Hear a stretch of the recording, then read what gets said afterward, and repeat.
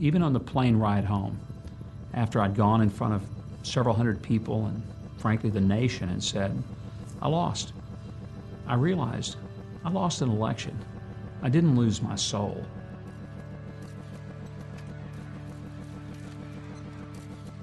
When it became very, very obvious that I wasn't going to be the president, and I knew the votes weren't there, I didn't have the delegates, and I knew I was going to have to go out there and tell my family and my supporters that it was over. In moments like that, you also remember that an election is not what life is about. It was incredibly comforting to know that even if I lost an election, something for which I had given almost 2 years of my life and that so many thousands of people across America had been a part of, that wasn't the totality of life. It was not the sum of everything. I knew that the same Lord who had given me life and then given me a rebirth when I was 10 years old would never leave me, and he would never forsake me.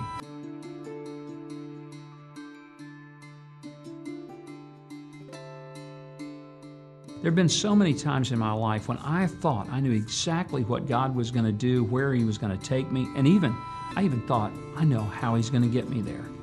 And then suddenly, when all those plans just go totally haywire and they're upended, my first reaction, laying on my back, is to say, hey, Lord, I thought we had this all worked out, how this was going to be.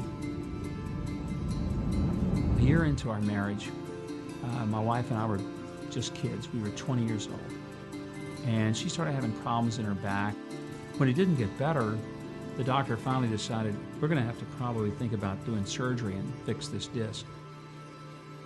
He took me down the hall in one of these little side rooms. And he looked at me and says, your wife has a tumor in her spinal canal.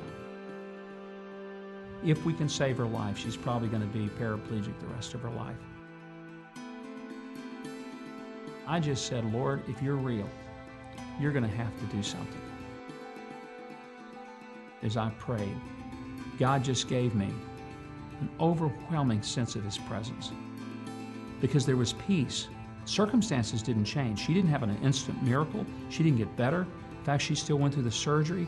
She had to virtually learn how to walk again. But what I experienced was that it didn't matter what was happening or even why it was happening. I knew that Jesus Christ was in control. The hardest time to follow Jesus is when you're being successful. The easy time to follow Jesus is when you're bottomed out. Then you don't have anywhere else to turn. But when things are going great, when you win the election, when I've had those moments in my life where it did work out great, then it's easy for me to say, gosh, life's good. That's when I'm most vulnerable. The biggest mistake that I think I had to learn was that following Jesus doesn't mean I'm following him to the White House, or I'm following him to the governor's mansion, or I'm following him to do television. No, I'm following him to be with him. And then wherever it is that he puts me and places me, my real job is not to be a governor or a president or a television personality. My job is to somehow be that person that God has created me to be, and to have influence on the world where he's placed me. It doesn't matter where that is.